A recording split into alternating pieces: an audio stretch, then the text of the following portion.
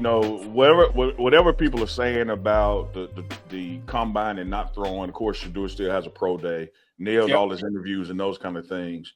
This brother is going somewhere between number 1 and number 7. Like it's that just is what it is. That's right. What happens in that scenario though? You're pretty much guaranteed you're going to a bad team.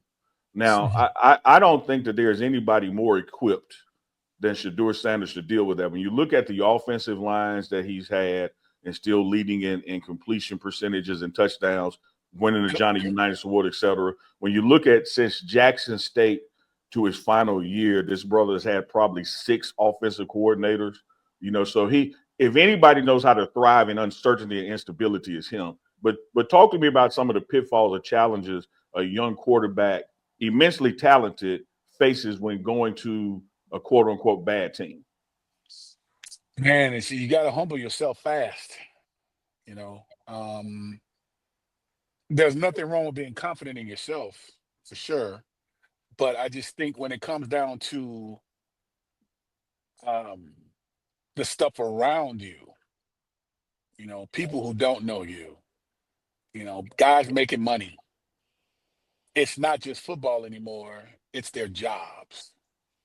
The likability of players towards you, or even you liking them. Like there's a lot of moving parts on a National Football League level that's different than how it is in college. We can control young men in college.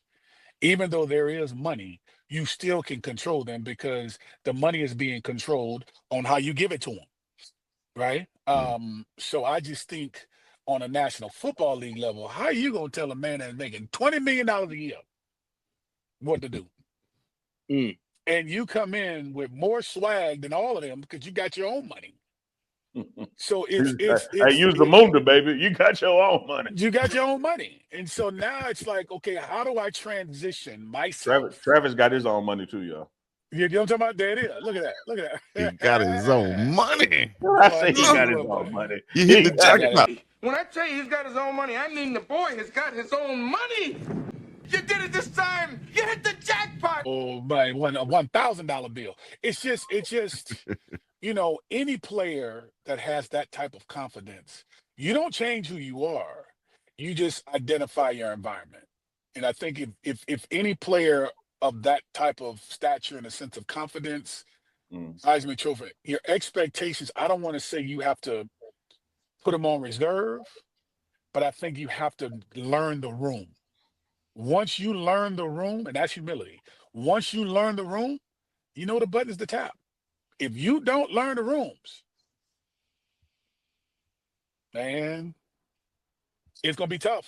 I mean, look at the kid Williams out in Chicago, and some of the stuff that he's been saying and how he comes across with not knowing him behind the scenes, but just what you see. It becomes a humbling experience to where you start questioning yourself. You start having breakdowns. And I'm not saying he did, but you look a little different than what you did when you were at USC. And so, it's just going to become a reality check, especially at the quarterback position. Because if there's, say, for example, we got Tennessee Titans, then who do we have that? We have Cleveland, then we have the Giants. So it's like any one of those first 5 to 8 teams that need a quarterback, you better believe where they're struggling.